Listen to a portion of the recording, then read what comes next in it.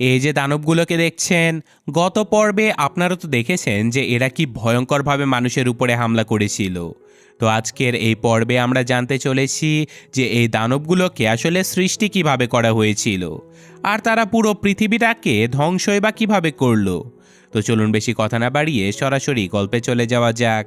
তো আজকের পর্বের শুরুতে আমরা এরিনের ছোটবেলার একটা ঘটনা দেখতে পাই, যেখানে এরিনের বয়স যখন মাত্র 10 বছর ছিল তখন তার বাবা তার উপরে পরীক্ষামূলকভাবে একটা ভ্যাকসিন প্রয়োগ করেছিল। আসলে এরিনের বাবা একজন বিজ্ঞানী ছিল, আর তিনি অজানা কোনো কারণবশত তার ছেলের উপরে এই ভ্যাকসিন প্রয়োগ করতে করতে বলছিল যে এই ভ্যাকসিনের কারণে একদিন এরিন অনেক মানুষের জীবন বাঁচাবে। আর এইসব কাজকর্ম করার সময় সেখানে সেই আর্মি অফিসারটা ছিল যাকে আমরা প্রথম পর্বে এরিনের পরিচিত আর্মি অফিসার হিসেবে জানতাম। তো যাই হোক, এক্সপেরিমেন্ট শেষ হবার আগে এই বাড়িতে কয়েকজন সরকারি অফিসার এসে দরজায় নক করতে থাকে। এটা বুঝতে পেরে এরিনের বাবা এরিনকে সহ সেই আর্মি অফিসারকে ঘরের ভেতরে একটা গোপন জায়গাতে লুকিয়ে ফেলে। আর তখনই ঘরের ভেতরে প্রবেশ করে ভীতু সেই আর্মি কমান্ডার। আর এই কমান্ডার এরিনের বাবাকে এইসব রিসার্চ করতে দেখে তার উপরে প্রচণ্ড রেগে যায়, কারণ পৃথিবীতে এই সময় সব ধরনের রিসার্চ বা নতুন কিছু তৈরি করা ছিল অপরাধ। তাই আর্মি কমান্ডার এরিনের বাবা মাকে গ্রেফতার করার সাথে সাথে এরিনের বাবার সকল বৈজ্ঞানিক রিসার্চ পেপারগুলো আগুনে পুড়িয়ে দেয়। তো যাই হোক, এখন এরিনের জ্ঞান ফিরে আসলে সে দেখতে পায় যে আর্মি কমান্ডার তার দলবলকে নিয়ে তাকে ঘিরে ফেলেছে আর তাকে শক্ত করে বেঁধে রাখা হয়েছে। আসলে আর্মি অফিসারেরা বিশ্বাসই করতে পারছিল না যে একজন মানুষ এত বড় জায়ান্টে কখনো পরিণত হতে পারে। আর্মিদের ধারণা ছিল যে এরিন হয়তো ভবিষ্যতে আবারও জায়ান্টে পরিণত হয়ে মানুষের উপরে হামলা করে দেবে। তাই কমান্ডার সিদ্ধান্ত নেয় এরিনকে এখানেই মেরে ফেলা হবে। এদিকে এরিন কমান্ডারকে বারবার বুঝাতে থাকে যে সে আসলে নিজেও জানে না যে সে কিভাবে জায়ান্টে পরিণত হয়েছিল। এরিন বারবার কমান্ডারের কাছে নিজের প্রাণ ভিক্ষা চাইতে থাকে, আর এরিনের এমন অবস্থা দেখে সেই ভালো আর্মি অফিসার যাকে এরিনের বাবা বাঁচিয়ে দিয়েছিল, তিনি এরিনের পক্ষ নিয়ে আর্মি কমান্ডারকে বোঝানোর চেষ্টা করে যে এরিনের আসলে কোনো দোষ নেই। এরিন তো আরও তাদেরকে টাইটেন্সদের হাত থেকে বাঁচিয়ে নিয়েছিল। কিন্তু অফিসারের কথা শুনে কমান্ডার প্রচণ্ড রেগে যায়, কারণ কমান্ডার এখনও মনে করত যে মানুষের আসলে কোনো এক্সপেরিমেন্ট করে টাইটানদের সাথে লড়াই করার দরকারই নেই। তার চেয়ে বড় মানুষকে কোনো রকমে দেয়ালের পেছনে ভয়ে ভয়ে নিজেদের জীবন কাটিয়ে দেয়াই উত্তম। যেই কথার প্রতিবাদ করার সাথে সাথে কমান্ডার সেই আর্মি অফিসারকে গুলি করে মেরে ফেলে। এটা দেখে এরিন প্রচণ্ড কষ্ট পায়, আর তখনই মৃত্যুর আগ মুহূর্তে আর্মি অফিসার এরিনকে জানায় যে এই কমান্ডারই তার বাবা মাকে মেরে ফেলেছিল। যেই কথা শোনার সাথে সাথে এরিনের বন্ধু এবং সহযোদ্ধারা সবাই আর্মি কমান্ডারের বিরুদ্ধে চলে যায়। আর এখন কমান্ডারের লোকজন এবং সৈন্যদের মাঝে যখন লড়াই শুরু হতেই যাচ্ছিল, তখনই এই বিল্ডিংয়ের ছাদ ভেঙে সেখানে বিশাল বড় সেই জায়ান্ট চলে আসে। চোখের পলকে দানবটা কমান্ডারের লোকজনকে মেরে এখান থেকে এরিনকে ছাড়িয়ে নেয়। আর এটা দেখে এরিনের বন্ধুরা যখন তাকে বাঁচাতে যাচ্ছিল, তখন সেই দানবটা তাদেরকেও মারার চেষ্টা করে। কিন্তু তখনই সেখানে মিকাসা এসে এরিনের বন্ধুদেরকে বাঁচিয়ে নেয়। আর অদ্ভুতভাবে দানবটাকে দেখে মনে হচ্ছিল সে যেন মিকাসার কথা বুঝতে পারছিল। তাই সে মিকাসার উপরে কোনো হামলা না করে এরিনকে এখান থেকে নিয়ে পালিয়ে চলে যায়। আর এইসব মারামারির মধ্যে সে ভীতু কমান্ডার ভাঙা একটা দেয়ালের নিচে পড়ে মারা গিয়েছিল। এদিকে এরিনকে হারিয়ে তার বন্ধুরা সবাই হতবিহ্বল হয়ে পড়েছিল। তারা বুঝতেই পারছিল না যে এখন তারা কি করবে। কিন্তু তখনই তাদের মনে পড়ে যায় যে তাদের কাছে এখনও কিছু অবশিষ্ট বিস্ফোরক রয়ে গেছে। তারা সেই বিস্ফোরকগুলোর মাধ্যমে 3 নাম্বার পার্টিশনের দেয়ালের ভাঙা অংশটা বন্ধ করে দিয়ে নিজেদের মিশন পরিপূর্ণ করতে পারবে। তো প্ল্যান মোতাবেক তারা সেই বিস্ফোরকগুলো খোঁজার জন্য যেতে থাকলেও তাদের মনে একটা প্রশ্ন বারবার উকি দিচ্ছিল যে ওই জায়েন্ট টাইটানটা আসলে কে ছিল, আর কেনই বা জায়েন্টটা এরিনকে বাঁচিয়ে নিল। তো যাই হোক, এদিকে এরিনের জ্ঞান ফিরে আসলে সে নিজেকে একটা সাদা ঘরের ভেতরে আবিষ্কার করে, যেই ঘরে তার সাথে ক্যাপ্টেন শিকিশিমাও ছিল। আর এখানে ক্যাপ্টেন এরিনের কাছে এই সিনেমার অনেক রহস্য খোলাসা করে দেয়। ক্যাপ্টেন এরিনকে কিছু ভিডিও ফুটেজ দেখায় আর তাকে বলে যে এইসব টাইটেন্সদের আসলে মানুষেরাই তৈরি করেছে, আর এইসব মানুষের মধ্যে সবথেকে বড় বিজ্ঞানী ছিল তোমার বাবা, যিনি কিনা আমাদের দেশের আর্মিদের জন্য এক ধরনের জৈবিক হাতিয়ার তৈরি করার চেষ্টা করেছিল। তিনি মানুষকে স্বাভাবিকের চেয়ে কয়েকশো গুণ বেশি শক্তিশালী করার একটা এক্সপেরিমেন্ট করেছিল, কিন্তু দুর্ভাগ্যবশত এক্সপেরিমেন্টটা ফেল হয়ে যাবার কারণে মানুষের মাঝে এক ধরনের আননোন ভাইরাস খুব দ্রুত ছড়িয়ে পড়ে। আর সেই ভাইরাসের প্রভাবে মানুষেরা মুহূর্তের মধ্যেই বিশাল দানবাকৃতির টাইটেন্সে পরিণত হয়ে যেতে থাকে। আর সেই ভাইরাস এত দ্রুত পৃথিবীব্যাপী ছড়িয়ে গিয়েছিল যে কোটি কোটি টাইটেন্স তৈরি হয়ে পুরো পৃথিবী ধ্বংস হয়ে গিয়েছিল। শুধু তাই নয়, এই টাইটেন্সগুলো খাবার পানি না খেয়েও বেঁচে থাকতে পারতো, এমনকি তাদের কোনো অস্ত্র গোলাবারুদ দিয়ে মারাও যেত না। আর এদিকে যে মানুষগুলো স্বাভাবিক ছিল তারা নিজেরাও একে অপরকে মারতে শুরু করেছিল, কারণ স্বাভাবিক যে কোনো মানুষ ভাবতো যে অন্যজন হয়তো যে কোনো সময় টাইটেন হয়ে যেতে পারে। তাই দানবে পরিণত হবার আগেই মানুষেরা একে অপরকে খুন করতে থাকে। পরিস্থিতি যখন প্রচণ্ড খারাপ হয়ে গিয়েছিল তখন তোমার বাবা সেই টাইটেন্সগুলোকে মেরে ফেলার জন্য বিভিন্ন রকমের এক্সপেরিমেন্ট করতে থাকে, আর তিনি নিজের এক্সপেরিমেন্টের মাধ্যমে একটা ভ্যাকসিন তৈরি করে ফেলেছিল যেটার পরীক্ষামূলক প্রয়োগ তোমার উপরেই করা হয়েছিল।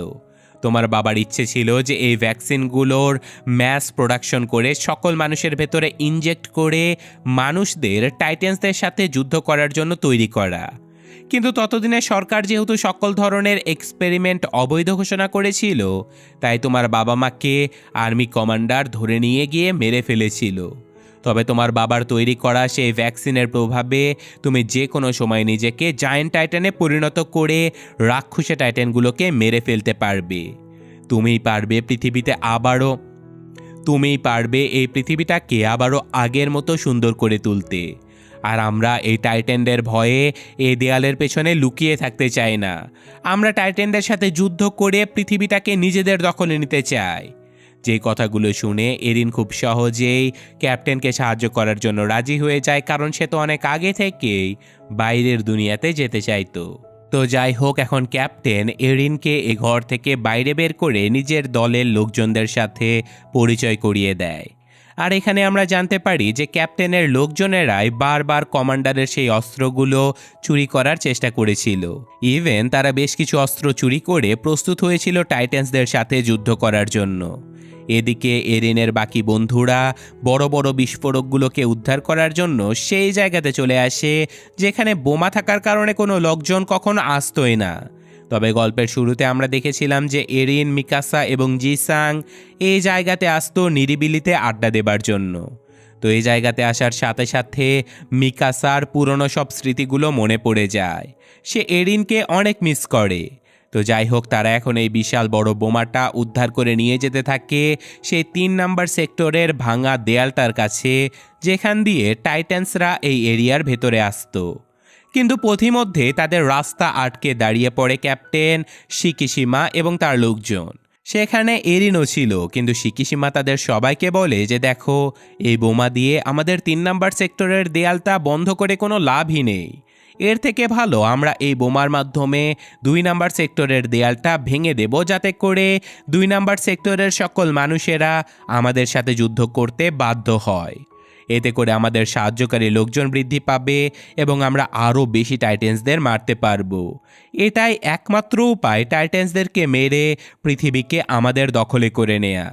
আর টাইটেন্সদের হাত থেকে পৃথিবীকে বাঁচাতে পারলে আমরা এই সরকারকেও সরিয়ে দিয়ে নিজেদের ইচ্ছে মতো স্বাধীনভাবে বাঁচতে পারবো। তখন আর কোনো পার্টিশন থাকবে না, কোনো ধনী গরিব উঁচু নিচু ভেদাভেদ থাকবে না। সবাই একসাথে এক লেভেলে আমরা বসবাস করতে পারবো। কিন্তু ক্যাপ্টেনের এই কথার সাথে উপস্থিত সৈন্যরা অনেকেই একমত হতে পারছিল না, কারণ তাদের মতে 2 নাম্বার সেক্টরের দেয়ালটা ভেঙে দিলে যুদ্ধ করার জন্য হয়তো অনেক সৈন্য তারা বেশি পেয়ে যাবে, কিন্তু শত শত সাধারণ মানুষের মৃত্যুও তো হবে। তাছাড়া বৃদ্ধ এবং বাচ্চা যারা আছে তাদের নিরাপত্তার কি হবে? এসব কারণে তারা অনেকেই ক্যাপ্টেনের কথার সাথে একমত হতে পারে না। এমনকি এরিনও ক্যাপ্টেনকে বোঝানোর চেষ্টা করে যে এই কাজটা করা একদমই ঠিক হবে না। যে ব্যাপারটা নিয়ে এরিন এবং ক্যাপ্টেনের মধ্যে হাতাহাতি শুরু হয়ে যায়। কিন্তু এরিন কোনোভাবেই ক্যাপ্টেনের সাথে পেরে উঠছিল না, কারণ স্বাভাবিকভাবেই ক্যাপ্টেন অনেক অভিজ্ঞ ছিল। এসব কিছু দেখে এরিনের বাকি বন্ধুরা সেই বিস্ফোরকগুলোকে নিয়ে এখান থেকে পালানোর চেষ্টা করলে ক্যাপ্টেন তাদেরকে আটকানোর জন্য নিজের বুকেই ছুরি চালিয়ে দেয়। আর সাথে সাথে ক্যাপ্টেন বিশাল বড় একটা জায়ান্ট টাইটানে পরিণত হয়ে যায়। আর এখানে আমরা বুঝতে পারি যে গল্পের শুরুতে এরিনকে যে টাইটান বাঁচাতে গিয়েছিল সে আর কেউ নয়, সে ছিল ক্যাপ্টেন শিকিশিমা। ক্যাপ্টেন হয়তো কোনোভাবে এরিনের বাবার সেই ভ্যাকসিনটা পেয়ে গিয়েছিল, তাই ক্যাপ্টেন যতবার মারা যেত ততবারই জায়ান্ট টাইটানে পরিণত হতো। আর ক্যাপ্টেন এই টাইটানের ঘাড়ের কাছে অবস্থান করে টাইটানটাকে কন্ট্রোলও করতে পারত। আর এখানে ক্যাপ্টেনকে আটকানোর জন্য এরিনের বন্ধুরা ক্যাপ্টেনের বিরুদ্ধে যুদ্ধ শুরু করে দেয়। আর এইসব কিছু করতে গিয়ে জায়ান্টের আঘাতে এরিন ভয়ঙ্কর আহত হয়ে যায়। আর সাথে সাথে এরিন নিজেও জায়ান্টে পরিণত হয়ে যায়। আর ফাইনালি এরিন এবং ক্যাপ্টেন জায়ান্টের মধ্যে ভয়ঙ্কর যুদ্ধ শুরু হয়ে যায়। আর এবারও ক্যাপ্টেন এরিনকে প্রচণ্ড মারতে থাকে, কারণ ক্যাপ্টেনের যুদ্ধবিদ্যা এরিনের চাইতে অনেক ভালো ছিল। কিন্তু এরিন কোনোভাবে ক্যাপ্টেনের কাছে হার মানছিল না। সে কোনো রকমে কৌশলে এক পর্যায়ে ক্যাপ্টেনকে হারিয়ে দিতে সক্ষম হয়। এরপর এরিন তার বন্ধুদের উদ্ধার করে নিয়ে আসা সেই বোমাটা নিয়ে কোনো রকমে 3 নাম্বারের সেই ভাঙা দেয়ালটার উপরের অংশে গিয়ে লাগিয়ে দিতে সক্ষম হয়। কিন্তু ততক্ষণে এরিন প্রচণ্ড দুর্বল হয়ে গিয়েছিল, কারণ যে মানুষেরা ভ্যাকসিনের প্রভাবে জায়ান্টে পরিণত হতো তাদের সাময়িকভাবে শক্তি এবং গতি অনেক বেশি হলেও তারা খুব বেশি সময় টাইটান্সের রূপে থাকতে পারতো না। আর অপরদিকে যে মানুষেরা ভাইরাসের আক্রমণে টাইটানে পরিণত হয়েছিল তারা কিন্তু প্রায় অমর ছিল। যেহেতু মানুষেরা টাইটানের ঘাড়ের কাছে অবস্থান করে টাইটানগুলোকে কন্ট্রোল করত, তাই সেই টাইটানগুলোকে মারার জন্য ঘাড়ের রক কেটে দিলে সবগুলো মারা যেত। তো যাই হোক, তারা সবাই যখন বোমাটা বিস্ফোরণ হবার অপেক্ষা করছিল তখনই সেখানে দেয়ালের উপরে আর্মি কমান্ডার চলে আসে, যিনি দেয়াল ধসে পড়ার পরেও প্রাণে বেঁচে গিয়েছিল। আর এখন কমান্ডার এখান থেকে সবাইকে চলে যেতে বলে, কারণ কমান্ডার কখনোই চাইতো না যে দেয়ালের অপর পার্শ্বের দুনিয়া মানুষেরা কখনো দেখতে পাক। কমান্ডারের এইসব কথা শুনে কেউ যখন রাজি হচ্ছিল না তখন কমান্ডার রেগেমেগে এরিনের পায়ে গুলি করে দেয়, যেটা দেখে সাথে সাথে এরিনের এক বন্ধু তীর ছুঁড়ে কমান্ডারকে মেরে ফেলে। আর সাথে সাথে কমান্ডার পরিণত হয়ে যায় সেই বিশাল বড় জায়ান্ট টাইটানে, যাকে আমরা এই সিনেমার প্রথম পার্টের শুরুতে দেখেছিলাম, যার পায়ের আঘাতেই মূলত এই দেয়ালটা ভেঙে গিয়েছিল। আসলে এই জায়ান্ট ছিল কমান্ডার নিজেই। তিনি ইচ্ছাকৃতভাবে মানুষকে ভয় দেখাতো, এমনকি শত শত মানুষকে টাইটানের খাদ্যে পরিণত করত, যাতে মানুষেরা চিরজীবন এই টাইটান্সদেরকে দেখে ভয়ে দেয়ালের ভেতরে বন্দী হয়ে থাকে। এইসব কিছু বুঝতে পেরে এরিন এই বিশাল দানবের উপরে হামলা করে দেয়। আর সুযোগ বুঝে সে যখন এই দানবটাকে মারতে যাচ্ছিল তখনই কমান্ডারের এই বিশাল দানব এরিনকে ধরে ফেলে। বেচারা এরিন যখন আটকা পড়ে গিয়েছিল তখনই নিজের জীবনের মায়া ত্যাগ করে ক্যাপ্টেন শিকিশিমা নিজের জায়ান্ট রূপে এসে সেই বোমাটা নিয়ে সরাসরি লাফিয়ে পড়ে এই বিশাল দানবের মুখের মধ্যে। আর মুহূর্তের মধ্যে এই বোমাটার বিশাল বিস্ফোরণে কমান্ডারের এই দানব সহ ক্যাপ্টেন শিকিশিমাও সেখানে মারা যায়। শুধু তাই নয়, এই বিশাল বিস্ফোরণে দেয়ালের উপরের অংশটা ভেঙে সে ভাঙা অংশটা চিরতরে বন্ধ হয়ে যায়। ফাইনালি দেয়ালের ভেতরের অংশটা আবারও আগের মতো নিরাপদ হয়ে যায়। আর গল্পের একদম শেষে এরিন এবং মিকাসা সে দেয়ালের উপরে উঠে প্রথমবার এ দেয়ালের বাইরের দুনিয়াটা দেখতে পায়, যেটা দেখার ইচ্ছা এরিনের ছোটবেলা থেকেই ছিল। আর এই ঘটনার সাথে সাথে গল্পের দ্বিতীয় পার্টটাও শেষ হয়ে যায়। যারা প্রথম পার্ট দেখেননি তারা এখানে ক্লিক করে দেখে নিতে পারেন।